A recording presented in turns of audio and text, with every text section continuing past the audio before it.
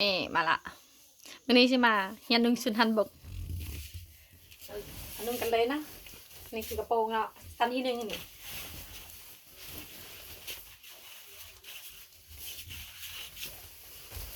เดี๋ยวส้มก่อน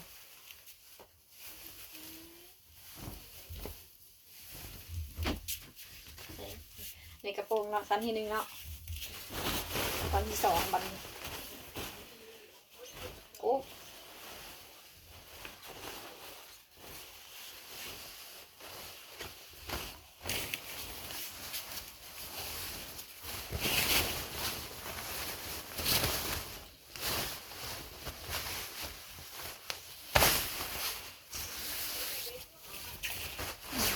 ชุดตัวนี้เขาก่อนเนาะ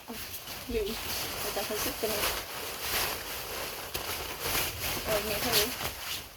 นะตั้งยังไงนี่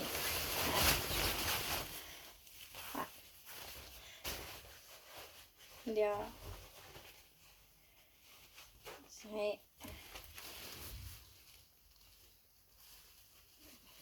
กล่องนี้เนาะก็ดึงบดได้ปะเนี่ย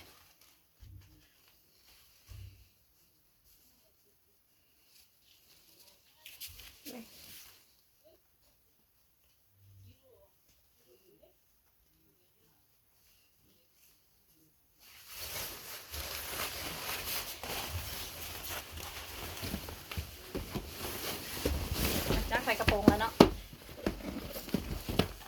มาใส่เครื่องแล้วนะนี่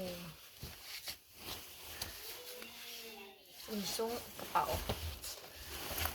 มีกระเป๋าให้อุ้ม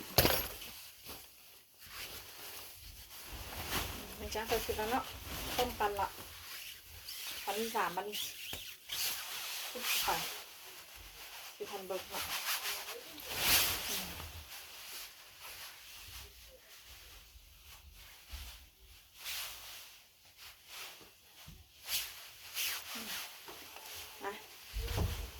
จะมีเสียงจงด้านล่าง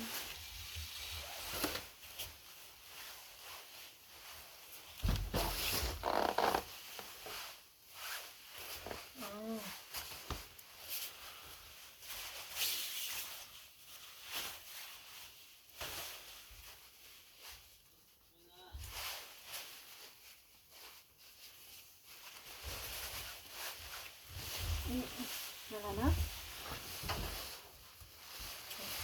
จ้าคือนี่เป็นชุดที่3เนาะกับฮัท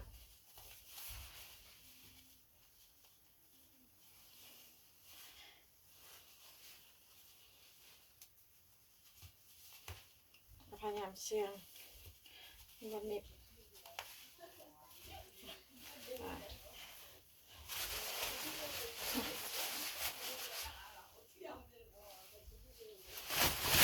โตมาหน่อยนะที่ทำเบิ่งหน่อยนะก็ใส่เสื้อแบบนี้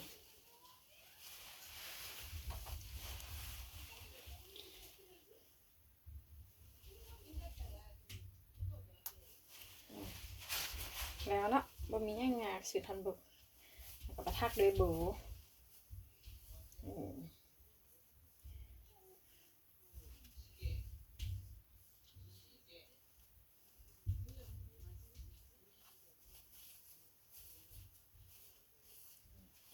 นี่แค่แหละนะแปลงอะไรอย่างเป็นอะไรนะอันนี้มันก็จะเป็นปักปินอีกอย่างปักปินหิ้วมือว่ะมันเป็นจังสีป่ะมันประจักอะไรก็เป็นอย่างมานี่ขั้นตอนการใส่สุดทำดุกนะดูกันแล้วงานบ้างงานเนาะเตรียมไผ่หูใบมันเกิดหรือเศร้า